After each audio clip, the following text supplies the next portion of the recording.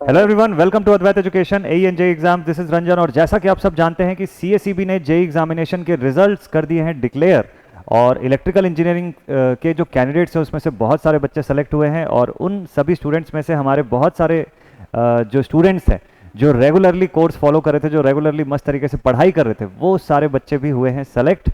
और अपनी इसी सिलेक्शन की जर्नी को आपके साथ डिस्कस करेंगे इस पूरे वीडियो में, क्योंकि हमारे साथ हैं यहाँ पर आदित्य कुमार कश्यप। आदित्य हमारे C S C B JE batch के स्टूडेंट रह चुके हैं और इन्होंने मस्त तरीके से प्रिपरेशन किया और अपने पहले अटेम्प्ट में ये एग्जामिनेशन क्लियर किया। So let us welcome Aditya on this session. तो Aditya, very very welcome on this thank you session. Thank you और once again big congratulation dear आपको अद्वैत एजुकेशन एजे एग्जाम्स की थैंक यू टीम की तरफ थैंक से। You thank you so much sir. Thank you so much. So मैं ये कहना चाहूँगा सर कि अद्वैत एजुकेशन और गेट अकेडमी दोनों का ही बहुत बड़ा रोल रहा है सर मेरे लाइफ में। जब से मैंने जर्नी स्टार्ट किया है और ये जो सक्सेस है वो मेरे फैमिली फ्रेंड्स और Advait education and GATE academy both दोनों को ये पूरा का पूरा समर्पित है sir. Thank you so much dear. आपका इतना प्यार जो है ये हम सबके लिए बहुत ड्राइविंग फोर्स रहता है, ये हम सबके लिए एनर्जी का बहुत बड़ा सोर्स रहता है। तो आपकी जर्नी, क्योंकि आपने अद्वैत एजुकेशन और गेट एकेडमी दोनों का नाम लिया, तो मुझे ऐसा लग रहा है कि कहीं ना कहीं गेट से भी कुछ कनेक्शन है। तो आपसे मैं सुनना चाहूंगा एकदम बिगिनिंग से कि आपने तैयारी शुरू कहाँ से की, टेक्निकल की तैयारी आपके कॉलेज के कंप्लीशन के बाद। टेक्निकल की तैयारी में आप कैसे पहुंचे, कहाँ से स्टार्ट किया आपने जर्नी? सर जब मैं कॉलेज में था, जब हाँ थर्ड थर्ड ईयर पे जब मैंने स्टार्टिंग किया, फिफ्थ सेम से जब स्टार्टिंग किया, तब सर ये था कि सर टेक्निकल फील्ड में ही जाना है, टेक्निकल लाइन में जाना है, क्योंकि सर कॉलेज के स्टार्टिंग में ही जो जैसे कि मेरा ब्रांच इलेक्ट्रिकल है सर। तो जब नेटवर्क सब्जेक्ट का जब क्वेश्चन हम बनाते हैं तो ऑलमोस्ट वैसे ही फीलिंग आ जाता है सर कि मतलब टेक्निकली फील्ड हमको जाना है करके। तो वहाँ से सर स्टार्ट हुआ था कि हमको गेट साइड जाना है, technical field in the sense हमको गेट साइड जाना है। तो वहाँ से फिर जब मैं फिफ्थ सेम में था सर, तब मैंने गेट एकेडमी पे वो मीन्स एडमिशन लिया था और वहाँ से सर स्टार्ट हुआ था टेक्निकल जर्नी। अच्छा, तो आप मतलब गेट की प्रिपरेशन करना शुरू कर चुके थे। और जी जी सर। अच्छा, तो ये गेट की तैयारी करने के दौरान आपको कैसे रियलाइज हुआ कि आपको एईजे एग्जाम के फील्ड की तरफ भी ध्यान देना चाहिए? सर क्योंकि सर बात ये होता है कि गेट के एग्जाम में सिर्फ और सिर्फ सर अगर हमारा फोकस है न्यूमेरिकल चीज़ों में, क्योंकि GATE fully numerical based exam है सर। अगर बिल्कुल। आपका न्यूमेरिकल चीज़ें बहुत अच्छी है तो आप गेट में बहुत अच्छा स्कोर कर पाएंगे। लेकिन सर एई जेई का पार्ट ऐसा होता है सर कि आप गेट के प्रिपरेशन से सिर्फ एई जेई नहीं निकाल सकते सर आपको, क्योंकि एई जेई में सर गेट का पार्ट बहुत कम रहता है, उसमें थ्योरी चीज़ बहुत ज़्यादा होता है सर। हम गेट में ये होता है सर कि थ्योरिटिकल चीज़ें नहीं पढ़ते हैं सर। ज्यादातर चीजें हम न्यूमेरिकली चीजें पढ़ते हैं और एग्जाम में भी न्यूमेरिकल ही चीजें आता है गेट के। थ्योरी पार्ट पे ज्यादा हम फोकस नहीं करते हैं सर। लेकिन एई और जेई ऐसे एग्जाम होते हैं सर जिसमें पूरा फोकस थ्योरी पे ही रहता है सर। तो मुझे ये बात समझ आ गया था सर कि गेट प्रिपरेशन सिर्फ ओनली प्रिपरेशन नहीं होगा कि जेई एग्जाम निकल जाए या एई एग्जाम निकल जाए। तो तब सर क्योंकि सर मैंने एग्जाम दिया हुआ था, एसएससी जेई दिया हुआ था और यूपीपीसीएल का एई दिया हुआ था। तो सर वो तब मैं बिग फेलियर रहा था सर। तो तब मेरे को जाकर समझ आया था सर कि सिर्फ गेट के प्रिपरेशन से ही एई और जेई का एग्जाम नहीं निकाला जा सकता है। तब जा करके सर फिर मैंने अद्वैत एजुकेशन से ही गेट एकेडमी में गेट का पढ़ने के बाद अद्वैत एजुकेशन से ही मैंने सोचा कि एई और जेई का मेरे को करना चाहिए प्रिपरेशन, क्योंकि सर थ्योरिटिकल चीज भी पूरा का पूरा कंप्लीट होना तभी जाकर एक एग्जाम में आप क्वालिफाई कर सकते हो, निकाल सकते हो सर। सिर्फ न्यूमेरिकल चीज से एग्जाम क्वालिफाई नहीं होता या निकलता नहीं है सर। तब जाकर सर मैंने सोचा कि अब मुझे दोनों ही चीजें देखना है, इसलिए सर यहाँ से स्टार्ट हुआ था सर एई और जेई का जर्नी। बिल्कुल बिल्कुल, क्योंकि ये काफ़ी एक बड़ा एक स्विच रहता है, क्योंकि जो बच्चा गेट की प्रिपरेशन कर रहा है उसका एक माइंडसेट अलग तरीके से रहता है, और फिर सडनली जेई की प्रिपरेशन। एई तो फिर भी चलिए आसपास होता है गेट के, लेकिन जेई की प्रिपरेशन में स्ट्रैटेजी थोड़ी डिफरेंट होती है। तो बच्चे काफ़ी बार डिफरेंट कंफ्यूज होता हो है। जाते हैं कि अगर गेट की तैयारी कर रहे हैं तो जेई का एग्जामिनेशन निकल जाएगा, है ना। तो ये एक इंपॉर्टेंट, एक अच्छा पॉइंट आपने बताया कि प्रिपरेशन में क्यों नहीं डिफरेंस सर रहता है। सर देखिए गेट एक टोटली डिफरेंट है सर। मेरा ये समझ है सर, क्योंकि मैंने कंटिन्यू 4 या 5 साल से मैं प्रिपरेशन कर रहा हूँ। तो जितना भी मैंने एग्जाम दिया है सर, जो भी मुझे एक्सपीरियंस मिला है, मुझे यही समझ आया कि सर हर एग्जाम चाहे एई हो जेई हो या गेट हो या ईएसई हो सर, हर एग्जाम का पैटर्न अलग होता है सर। आप कोई किसी एक एग्जाम का तैयारी कर रहे हो तो जरूरी नहीं कि आपका एई, जैसे आप गेट का तैयारी कर रहे हो तो आपका एई या जेई निकल जाए सर। आपको हर पैटर्न को समझना पड़ेगा और उस हिसाब से हमको तैयारी करना पड़ता है सर। तो बिल्कुल। ये एक बहुत बड़ा ये सबक था सर कि अगर क्योंकि सर पिछले कुछ एग्जामों में मैं क्वालिफाई नहीं कर पाया था, तो ये मेरे लिए बहुत बड़ा सबक था सर कि नॉलेज पूरा नहीं है सर, क्योंकि गेट के नॉलेज मेरे लिए सफिशिएंट नहीं थे सर। अगर एई जेई निकालने के लिए गेट के नॉलेज में सफिशिएंट नहीं थे सर, इसलिए ये मेरे लिए सबक था और इसलिए मैंने सर फिर अद्वैत एजुकेशन से फिर पूरा सारा मैंने वीडियो देखना स्टार्ट किया। पूरा का पूरा पहले तो सर वो कोर्स पेड कोर्स मैंने लिया, उसके बाद पूरा का पूरा वीडियो देखना स्टार्ट किया। फिर जो चीजें सर गेट में पढ़े थे वो तो चलो एक बेनिफिट पॉजिटिव था सर, लेकिन जो चीजें हमें नहीं आता वो हम वहां से सीखे, अद्वैत एजुकेशन से सीखे सर। वो जो कोर्स जो सर मुकेश सर पढ़ाए, जो आप पढ़ाए, जो तरुण सर पढ़ाए, जो सौरभ सर पढ़ाए, जो चीजें हाँ कि ये मेरे को नहीं पता था, वो मेरे लिए बहुत पॉजिटिव और बहुत अच्छे हेल्प मिला था चीजें। बिल्कुल, तो आदित्य मतलब इससे आपको एक डिफरेंस समझ में आया कि गेट की प्रिपरेशन और जेई की प्रिपरेशन में किस तरीके से स्ट्रैटेजी में डिफरेंस करना चाहिए, है ना? तो ये जी बहुत जी बढ़िया तरीके से आपने इस चीज़ को समझा। तो मैं ये पूछूंगा कि जैसे अद्वैत एजुकेशन एईजे के साथ जब आपकी जर्नी शुरू हुई, जब डेडिकेटेडली जी जेई एग्जाम की तैयारी के लिए, तो आप जी सर। आपने मेजरली किन सब्जेक्ट पे फोकस करना शुरू किया और आपकी उस समय की पढ़ाई की स्ट्रैटेजी में क्या चेंज लेकर के आए आप? सर ये सर लास्ट ईयर जुलाई की बात है 2021। उस समय जब सर सीएसईबी का नोटिफिकेशन आया था, तब सर मैंने ये मान लिया था कि अब मुझे सीएसईबी निकालना ही है सर, क्योंकि मेरे लिए सर ऑप्शन बहुत कम बचे थे, क्योंकि एज भी हो रहा था सर और फेलियर भी बहुत ज्यादा हो गए थे। तो मेरे लिए सिर्फ वन एंड ओनली ऑप्शन था कि सर अब मेरे को ये एग्जाम कैसे भी निकालना है सर। तब सर मैंने वो मान लिया था कि मुझे निकालना है, और मुझे जो भी पढ़ना पड़े, जितना भी पढ़ना पड़े, मैं सब एक भी ऐसा कोई ना सब्जेक्ट छोड़कर जाऊंगा ना कोई पॉइंट छोड़कर जाऊंगा। मेरे को पूरा का पूरा सब्जेक्ट पढ़ना है, कितना भी टाइम लग जाए, मैं चौबीसों घंटे पढ़ने के लिए तैयार रहूंगा, लेकिन निकालना है करके। उसके बाद सर यही स्ट्रेटेजी के साथ सर मैंने अद्वैत एजुकेशन में वो पेड कोर्सेस लिए थे। फिर वहां से सर जैसे कि सर गेट और बाकी एग्जामों में जैसे ए या ईएससी एग्जामों में सर क्या होता है कि जेई एग्जाम का सर पैटर्न ही पूरा डिफरेंट है सर। आपको पूरा रूट पकड़ना पड़ता है किसी भी सब्जेक्ट का, वो जो रूट जो जड़ होता है वो जेई एग्जाम का पकड़ना पड़ता है सर। जैसे सर मैं एक एग्जांपल देता हूँ, जैसे पावर सिस्टम हो गया या मशीन हो गया सर, तो मशीन हम्म। में अंदर के कंपोनेंट्स के मटेरियल पूछे जाते हैं सर एग्जाम में, जेई एग्जाम में। और वही अगर गेट एग्जाम आप दोगे तो उसे न्यूमेरिकल क्वेश्चन आते हैं सर, वो अंदर के मटेरियल पढ़ने का कोई नीड नहीं होता है। तो ये डिफरेंस मुझे पता था सर, और यही मुझे कवर करना था, इसलिए मैंने अद्वैत एजुकेशन से पढ़ाई की सर। और मुझे ये बात कहने में बहुत ही खुशी हो रही है सर कि पूरा का पूरा सब्जेक्ट मैंने अद्वैत एजुकेशन का एक भी सब्जेक्ट मैंने मिस नहीं किया। पूरा का पूरा सब्जेक्ट मैंने पूरा का पूरा खत्म किया सर। सबसे लास्ट सब्जेक्ट जो आया था अद्वैत एजुकेशन में वो यूडब्ल्यू का था sir, utilization of electrical energy. जो बहुत सारे लोग सर ये सब्जेक्ट को स्किप मार के जाते हैं, ऐसा बिल्कुल। लगता है उनको लगता है कि ये सब्जेक्ट से क्वेश्चन नहीं आते हैं, या आते भी है तो एक का दुक्का क्वेश्चन आते हैं सर। लेकिन मैं आपको बताना चाहूंगा मेरे एग्जाम में वो सब्जेक्ट थे जो सब छोड़ कर जाते हैं, वो सब्जेक्ट से अभी 2 से 3 क्वेश्चन आए, और वही डिफरेंस रहा सर सिलेक्शन का। वाह, तो ये बहुत बढ़िया था कि आपने सारे सब्जेक्ट्स पे प्रॉपर फोकस किया और देखिए रिजल्ट सबके जी सामने है। आपका सिलेक्शन जो है वो इस जी चीज़ को बताता है कि आपने कितने बेस्ट वे में तैयारी किया हुआ है।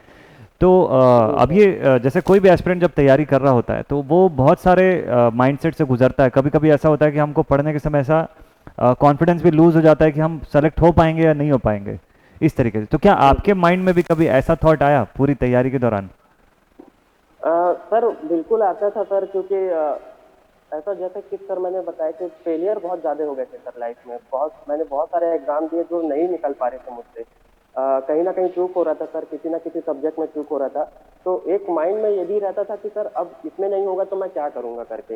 लेकिन सर ये कॉन्फिडेंस भी था, क्योंकि सर जब सीएसईबी का रिक्रूटमेंट आया तो बहुत ही मोटिवेशन दिया कि चलो अपने स्टेट में एक मौका मिल रहा है काम करने का, तो इसे मेरे को जाने नहीं देना है। वो मेरे लिए सबसे बड़ा एक मोटिवेशन था सर। और बाकी जो मैं लेक्चर देखता था सर, चाहे मुकेश सर का हो, चाहे आपका लेक्चर हो, चाहे सौरभ सर का हो, चाहे तरुण सर का हो, वो एक मोटिवेशनल लेक्चर होता था सर। ना सिर्फ आप लोग पढ़ाते थे, बल्कि आप लोग इतना मोटिवेट करते थे कि यार आपको निकालना ही है जॉब, ये जॉब आपके लिए ही है। वो बहुत ही पावर दिया सर हम लोगों को।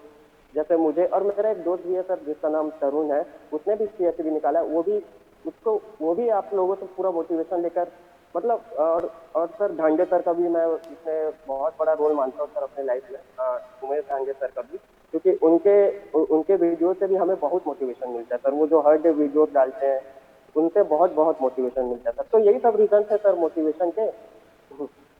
जी सर। हाँ, क्योंकि आपने गेट की प्रिपरेशन भी की हुई तो ऑब्वियसली आप हमारे डायरेक्टर सर उमेश झांडे सर से भी आप इंटरेक्ट किए होंगे और उनसे जी जो मोटिवेशन मिला होगा वो डेफिनेटली बहुत ज़्यादा रहता है, बहुत ही बेस्ट वे में वो जी सर। समझाते हैं चीज़ों को कि आपको चीज़ें क्लियर हो जाती हैं। तो जी अब इस पूरी जर्नी के दौरान क्योंकि बहुत सारे अप्स एंड डाउन सब होते हैं और आप उस सब चीज़ को ओवरकम किए, अब बात करते हैं कि आपके एग्जामिनेशन में पहुंचने के बाद जब आप जिस समय आप पेपर बना रहे थे उस समय माइंड में जी क्या जी। चल रहा था, क्योंकि एक स्टूडेंट जो होता है, एक एस्पिरेंट जो होता है, बहुत घबराया हुआ होता है, कई बार उससे मिस्टेक्स भी हो जाती है इसी इसी घबराहट की वजह से। तो आपके साथ कैसा जी सीन जी। रहा उस पूरे एग्जाम के ड्यूरेशन में? सर मेरा 6 Jan को एग्जाम था। उससे पहले एक दिन पहले 5 Jan को जो एग्जाम हुआ था सर वो जैसे मेरे फ्रेंड लोगों ने दिया था और जैसे एडमिट एजुकेशन से ही पता चला कि इस एग्जाम का पेपर का लेवल कैसा था, कि वो पेपर इजी आया था कि मॉडरेट आया था। तो पेपर इजी टू मॉडरेट था सर।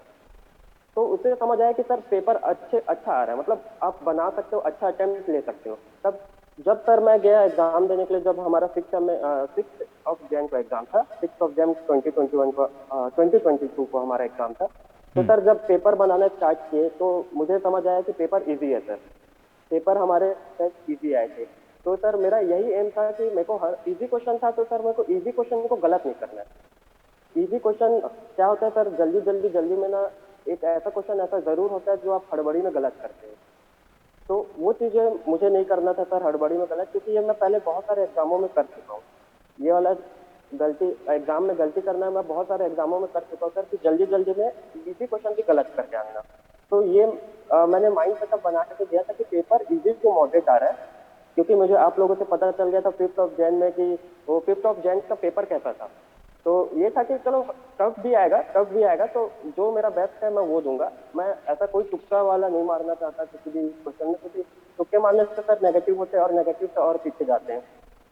तो तो यही प्लान था सर कि वहां जाकर जब एग्जाम देने के लिए मैं बैठा तो पेपर मुझे इजी लगा सर। तो मैंने जल्दी पहले एक बार पूरे क्वेश्चन को देख ली और जो मुझे आता था क्वेश्चन मैंने उसको बना लिया। फिर उसके बाद दोबारा गया सर, क्योंकि पेपर इजी था तो मुझे दोबारा फिर से टाइम मिल गया सर। बहुत टाइम मिला था मुझे, 2 घंटे में मैंने करीबन 1 घंटा या 20 मिनट में सर पूरे पेपर को मैंने बना दिया था। उसके बाद जो बचा था उसमें 40 मिनट जो बचा था सर उसमें फिर से मैं दोबारा गया और पूरे क्वेश्चन को फिर से देखा। तो जो एक आध दो क्वेश्चन जो मैं जल्दी में गलत भी मारा था तो वो भी सही कर पाया सर। तो ये स्ट्रेटेजी था सर एग्जाम का मेरा। तो बहुत कि ही बढ़िया एग्जाम में तरीके सर से, पहले बहुत ही एग्जाम में बढ़िया सर तरीके कि से पहले आपने इजी था प्रेशर सर। और टाइम को भी पूरा मैनेज किया, प्रेशर को भी मैनेज किया, बड़ा इंपॉर्टेंट होता है क्योंकि जी टाइम, जो टाइम का मैनेजमेंट है और क्वेश्चंस की जो प्रायोरिटी जैसा आपने सेट किया, जैसा बताया, वो बहुत इंपॉर्टेंट थिंग होती है। जी तो इस एग्जामिनेशन के दौरान आपको कैसा क्या फील हो रहा था कि मतलब सिलेक्शन के कितने चांसेस आपको लग रहे थे, क्योंकि पेपर आपने अच्छा बनाया था तो ऑब्वियसली आप श्योर रहे होगे सर। कि आप सेलेक्ट होंगे जी। जी जी। सर पेपर अच्छा गया था सर। मैं एग्जाम के बाद निकलने के बाद बहुत बहुत खुश था सर कि पेपर बहुत अच्छा गया मेरा। लेकिन सर उसके बाद क्या हुआ कि जो 10 Jan वाला पेपर था, जो 10 Jan 2022 को जो हुआ था वो बहुत कंट्रोवर्शियल पेपर था सर। उसके वजह से सर बहुत ही मतलब एक मेंटल प्रेशर भी बना सर कि पेपर क्या कैंसिल हो जाएगा, कि पेपर कहीं एग्जाम कैंसिल ना हो जाए, कहीं एग्जाम रद्द ना हो जाए।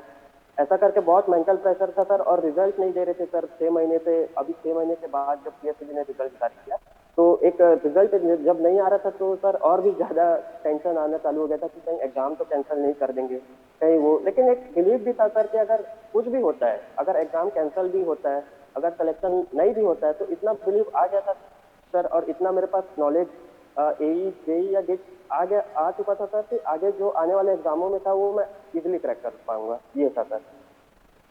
बिल्कुल, तो ये जो आपका कॉन्फिडेंस है जो आपने गेन किया इतने समय में, यही है जिसकी वजह से आप आज इतने अच्छे सक्सेस पे पहुंचे, है ना, जो आपके ऊपर जी प्रेशर सर। बिल्डअप नहीं होने दिया इस पूरे दौरान। जी तो आदित्य, एक और इम्पॉर्टेंट पॉइंट मैं पूछना चाहूँगा जो नॉर्मली बहुत सारे स्टूडेंट्स के माइंड में डाउट भी रहता है कि रिवीजन जब वो करते हैं, जब जैसे पढ़ाई करते हैं, तो इस पढ़ाई के साथ साथ रिवीजन का क्या सिग्निफिकेंस लगता है आपके हिसाब से? आपने कैसे प्लान किया, कैसे रिवीजन को टाइम दिया? सर मेरा थोड़ा सा पैटर्न अलग था सर। मैंने क्या किया था कि जैसे सर मैंने पूरे वीडियोस लेक्चर एक बार देख लिया था और जो मुझे इंपॉर्टेंट पॉइंट लगा था सर, जो मैं भूल सकता हूँ, वो सर मैंने एक कॉपी में बना लिया था। ऐसे कर करके सर मेरे 2 कॉपी बन गए थे। जितने मैंने वीडियोस देखे थे पूरे एडवेट एजुकेशन से, फिर वहां से जो जो इंपॉर्टेंट पॉइंट था उसे मैं लिख लिया था। ऐसे इंपॉर्टेंट पॉइंट सर जो मैं भूल सकता हूँ, या ऐसे इंपॉर्टेंट पॉइंट सर जो डेटा वाले होते हैं, जो डेटा वाले इंपॉर्टेंट पॉइंट्स होते हैं सर कि ट्रांसमिशन लाइन में, जैसे मैं एक एग्जांपल देता हूँ कि ओवरहेड में हाई वोल्टेज, लो वोल्टेज और मीडियम रेंज के वोल्टेज कितने होते हैं, वो सब जो हम भूल सकते हैं वो सब मैं लिख लेता था सर कॉपी पे। ऐसे करके सर मेरे 2 कॉपी बन गए थे। उसके बाद सर मैं सिर्फ उसी कॉपी को बस रिविजन मतलब टाइम टू टाइम में करता गया ताकि वो याद रहे सर। जेई एग्जाम में एक जो डेटा वाला सिस्टम है सर कि हाँ इसमें डेटा आपको याद होना चाहिए, वो भी बड़ा इंपॉर्टेंट था सर, जो मैं एग्जाम प्रिपरेशन के दौरान एक अलग से नोट्स बना लेता था सर इस चीज का। तो बहुत ही बढ़िया। तो मतलब रिवीजन को भी आपने प्रॉपरली टाइम दिया, लेके चले साथ साथ, और देखिए उसका रिजल्ट जो है वो सबके सामने है। सो आदित्य, ये तो बहुत ही बढ़िया रहा, और आपका सेलेक्ट होना इस बात को प्रूव करता है कि अगर कोई डेडिकेशन से, कॉन्फिडेंस से पढ़ाई कर रहा है तो रिजल्ट डेफिनेटली अच्छा ही होगा। जाते जाते मैं एक पॉइंट आपसे और पूछना चाहूँगा लास्ट, कि जो नया एस्पिरेंट है, जो कोई पर्सन है जो कि एज अ फ्रेशर है, या कोई कोई भी स्टूडेंट अगर किसी एग्जाम के लिए जीरो लेवल से तैयारी करना शुरू कर रहा है, तो उसको अपनी प्रिपरेशन में कौन कौन सी चीज़ों को शामिल करना चाहिए, कैसे उसको प्रिपरेशन करना चाहिए, आपके हिसाब से आप उसको आइडिया कैसा देंगे? सर अगर एक बेसिक नॉलेज नहीं है, अगर वो जीरो पे है सर, अगर कोई स्टूडेंट है अगर वो पहली बार अगर पढ़ना चाह रहा है, तो सर मैं यही कहना चाहूंगा कि सर बाहर बहुत डिमोटिवेशन है सर, बाहर कि आपसे नहीं होगा, वो कहने वाले बहुत हैं सर कि बहुत हार्ड होता है, बहुत टफ होता है, आपसे नहीं होगा, ये कहने वाले बहुत है सर, बहुत ही नेगेटिविटी कहने वाले बहुत सारे लोग होते हैं सर। बस मैं बिल्कुल। यही कहना चाहूंगा सर उनसे कि आप अपने पे फोकस रखिए, अपने पे बिलीव रखिए। आपको ऐसे लोग आपके लाइफ में बिल्कुल ला सकते हैं सर जो आपको डिमोटिवेशन करे बहुत ज्यादा, या नीचे गिरा कर चले जाए आपको, ऐसे बहुत से लोग आएंगे। लेकिन मैं बस यही कहूंगा सर कि आप अपने पे मोटिवेशन रखें, अपने पे फोकस रखें। जो गाइडेंस आपको आपके टीचर दे सकते हैं वो कोई नहीं दे सकता सर। जो गाइडेंस आपके आपके मम्मी पापा दे सकते हैं, आपके टीचर दे सकते हैं, वो आपको कोई नहीं दे सकता सर, सिर्फ उन पे बिलीव करें। मैं बस यही कहूंगा। और प्रिपरेशन आप जीरो पे हो, आप जीरो से ऊपर पहुंच सकते हो बिल्कुल, लेकिन अपने मेहनत से, सबसे इंपॉर्टेंट अपना मेहनत होता है सर। सेकेंड चीज सर, आप अपने टीचर पे भरोसा रखिए, जो वो पढ़ा रहा है उसे कंटिन्यू फॉलो करिए। कंटिन्यूअसली उसे फॉलो करना है कि वो जो टीचर आपसे कह रहा है, जो पढ़ा रहा है। मान लीजिए सर जैसे आपने कहा मुझे, जैसे आपने अपने लेक्चर में कहते थे कि ये होमवर्क है आपको करना ही है, तो सर वो होमवर्क को करना ही है। अगर आप उसे स्किप किए तो आप कहीं ना कहीं आप अपने साथ इनजस्टिस कर रहे हैं। और इन्हीं सब वजह से सर एक मुझे लगता है इन्हीं सब वजह होते हैं सर जो आगे जाकर काउंट होते हैं धीरे धीरे धीरे। स्टार्टिंग में लगता है कि यार छोड़ देते हैं, क्या होगा, कुछ तो नहीं होगा, लेकिन ये सर धीरे धीरे यही चीजें भारी बर्डन बन जाता है सर आगे जा करके, जो हम स्किप करते हैं। तो मैं यही सजेशन दूंगा कि बिल्कुल अपने पे फोकस रखिए, जो टीचर पढ़ा रहे हैं अपने अपने मम्मी पापा पे अपने अपने मम्मी पापा पे बिलीव रखिए, और बस आगे बढ़ते जाइए। बहुत ही बढ़िया आदित्य। तो ये बहुत मोटिवेटिंग चीज़ें थी जो आपने बताई, और मुझे लगता है कि जितने भी अभी यंग एस्पिरेंट जो होंगे, जो अभी जब तैयारी शुरू कर रहे होंगे, कोई बच्चा अगर जीरो लेवल से भी शुरू कर रहा होगा, अगर वो आपका ये वीडियो देखेगा, तो डेफिनेटली वो आपसे इस वीडियो के थ्रू कुछ सीख करके ही जाएगा और अपने लाइफ में बहुत डेफिनेटली सक्सेसफुल होगा। तो Aditya, thank you so much my dear for being connected with us. आपको बहुत सारे कॉन्ग्रेचुलेशन सबसे पहले, और आपके आने वाले फ्यूचर के लिए बहुत ऑल द बेस्ट, और big congratulation once again. And thank you so thank much you for so much being sir. here and giving your valuable time. Thank you so much sir. Thank you, dear. Thank you.